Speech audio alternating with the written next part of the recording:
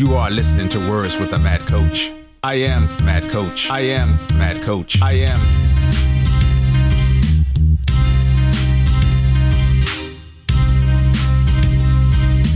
I am Mad Coach. I am Mad Coach. I am.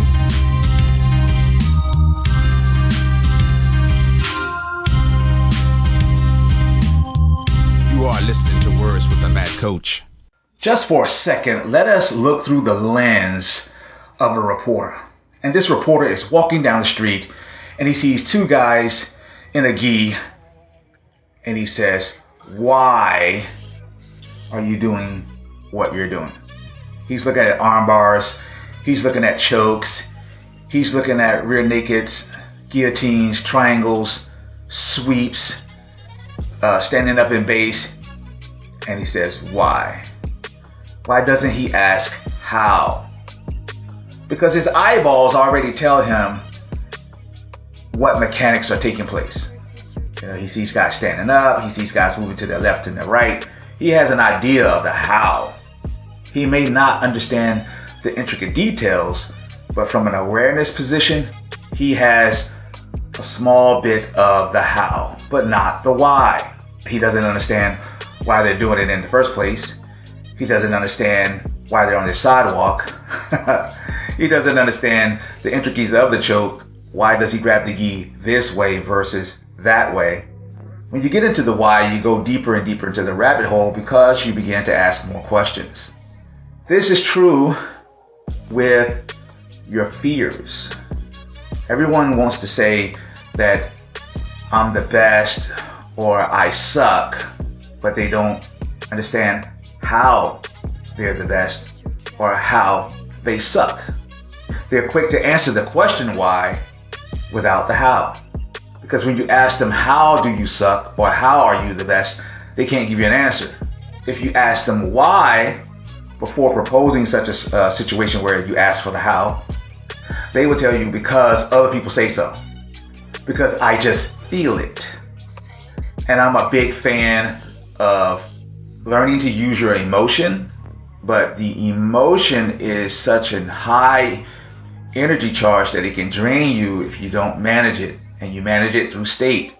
The best way to manage it through state is knowing how much energy to apply at any given time. So you have to know the how. So if you're the best, you have to know how you're the best, not why.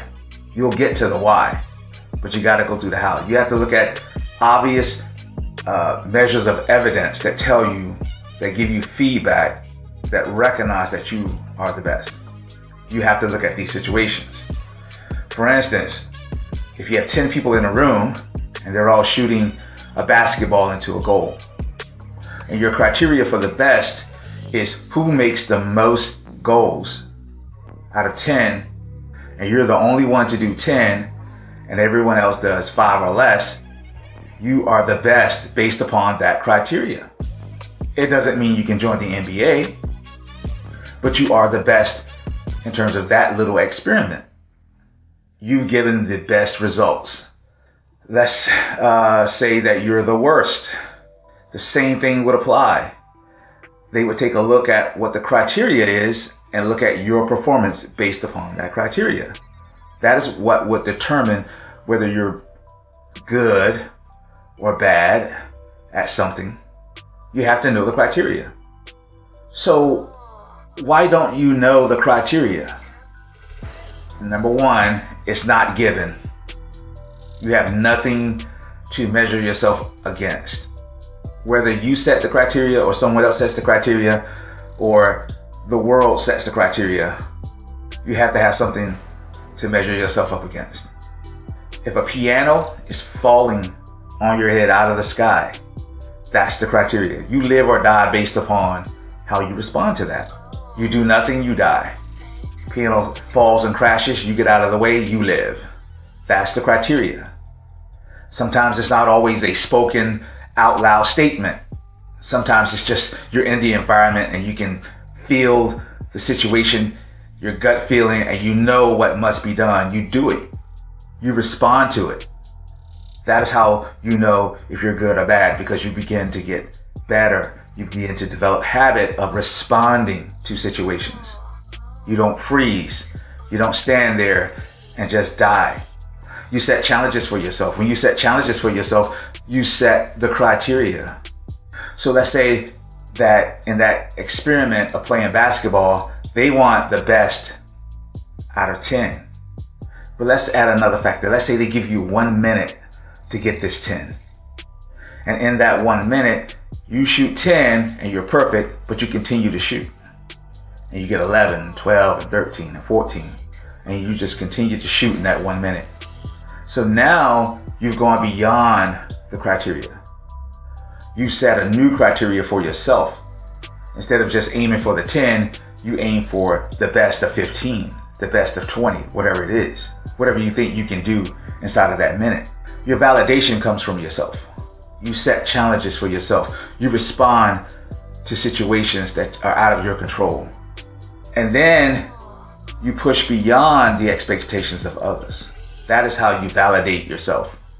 You don't need anyone to tell you if you're the best or if you suck, when all you have to do is look at the situation that you're in. If I tell you that you need to throw or you need to shoot more hoops to get to the higher level because that's your desire, you simply have to set a goal for yourself to shoot beyond what I'm asking for. First thing you need to do is get to that point.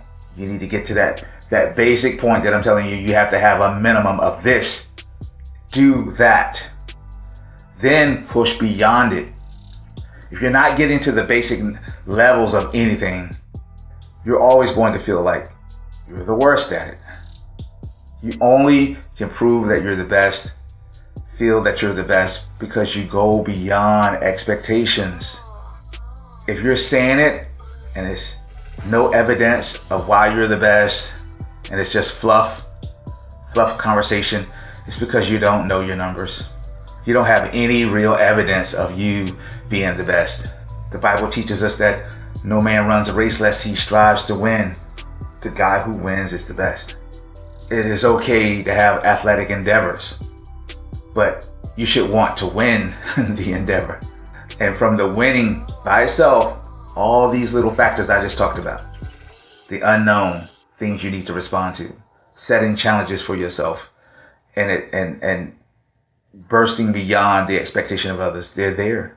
All you have to do is add them into your training regimen, practice them every day, and you will be the best. You just said that when it comes to criteria, the first problem is that there is no criteria.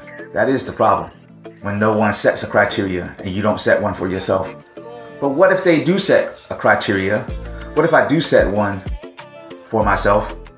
Why do I still lose? Because you don't listen. You don't listen. So now you have to have some personal rules here. If you set a criteria for yourself, goals, challenges, a mission statement, a purpose, whatever you want to call it, you have to have a trigger that reminds you of who you are, what you're capable of doing. You have to give yourself something to feed off of. One of my personal rules is no one jabs me twice. This reminds me to keep my head movement going, reminds me to work my footwork, keep my hands up. No one jabs me twice. It doesn't have to be true. It's just a goal that I seek. Reality isn't about truth, it's about responsibility. I seek it, I seek it, I seek it. As long as I have that goal, I will continue to move and keep my head moving around and making it hard to be hit. Will I get hit by other things? Absolutely. So you have to have personal rules. And these personal rules embody everything I just said about my personal challenges, responding to the unknown, and shooting past all expectations.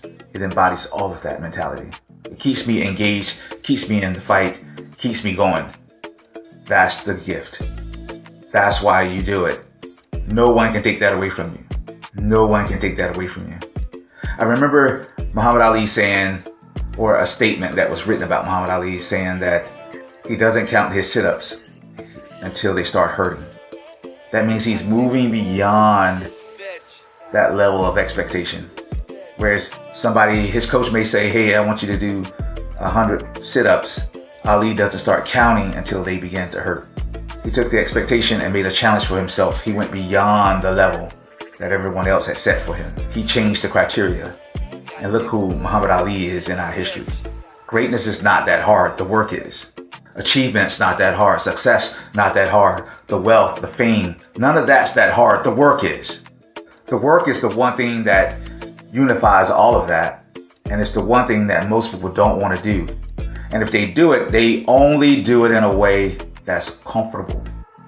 That's not work. That's called, hey, look at me. I'm somebody special. That's what that is. That's not work.